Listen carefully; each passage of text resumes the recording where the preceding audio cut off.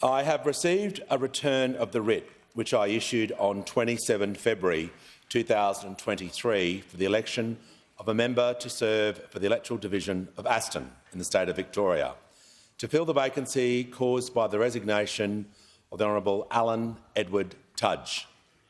By endorsement on the writ, it is certified that Mary Judith Jacinta Doyle has been elected.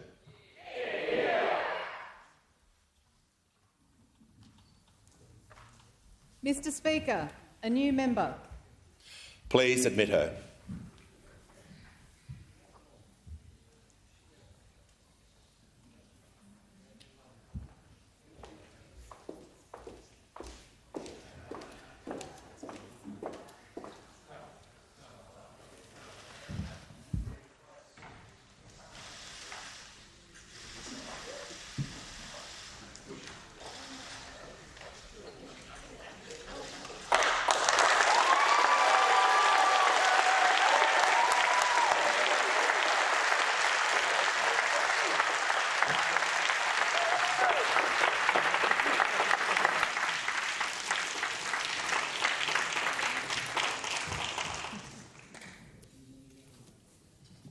Do you, Mary Judith Jacinta Doyle, solemnly and sincerely affirm and declare that you will be faithful and bear true allegiance to His Majesty King Charles III, his heirs and successors according to law?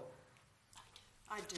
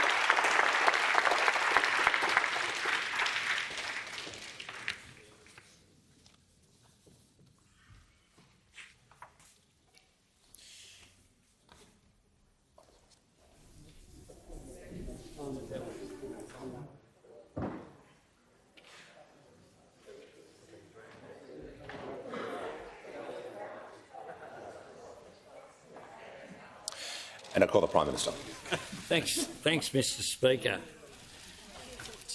Well, last month Mary Doyle made history. And today Mary Doyle made history as the member for Aston being the first person to swear allegiance to King Charles. I do note that some in the media perhaps haven't noticed that that's what we do as members of the House of Representatives and of the Senate and as ministers, because that seemed to be controversial while I was in London, something that should not have been. Today, the member for Aston joins us in the work of building a better future. The first time that a government candidate has won a seat from the opposition in over 100 years. Yeah. Already the best member for Aston in over 30 years. Yeah. And the newest member of a government working today and every day to deliver the positive plan that Australians voted for in 2022.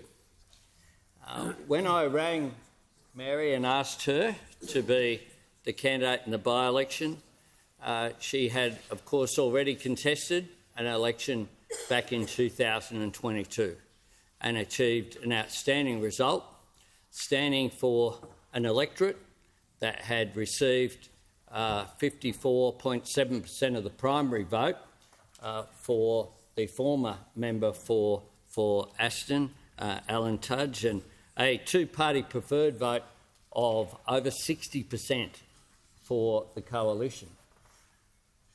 Mary achieved an outstanding result in 2022, and we were hopeful that we could maintain that result. Yeah. She went much better than expectations could possibly have been planned for. And she did that because of who she is. Mary is someone who grew up in public housing, a mum and carer to 3 beautiful children, a mortgage holder who knows the pressure that's there on family budgets, a working parent who has seen the punishing cost of childcare, a cancer survivor who knows the true meaning of Medicare, a proud citizen of the outer eastern suburbs of Melbourne who cares about her community and cares about the local environment. And Mary Doyle is a person who's driven by the oldest and deepest Australian aspiration, the aspiration for a better life and a greater opportunity for the next generation. I say to the member for Aston that I am very confident that you will continue to be a strong voice for your local community.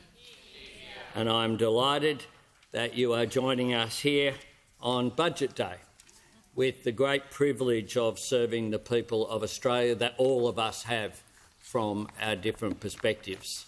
I know, as I've got to know you personally and seen you grow, particularly in that period under the pressure that comes with being a by-election candidate where the focus of the media was far greater, it's fair to say, than it was probably on Aston in the 2022 election, that I saw you grow as a person, and the Australian people, but particularly the people of Aston, saw the character that you showed.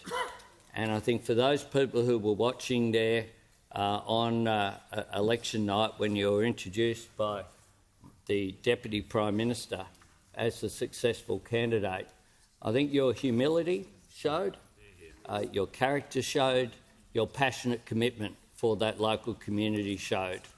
And I'm certain that you will bring that diligence, that commitment, that perseverance to representing the good people of Aston in this parliament and beyond, because you are someone who has created history. That can't be taken away from you, but I look forward to the future history that you're going to create over many years as the member for Aston, and I congratulate you on behalf of the government very sincerely on being sworn in today as the member for Aston. Yeah.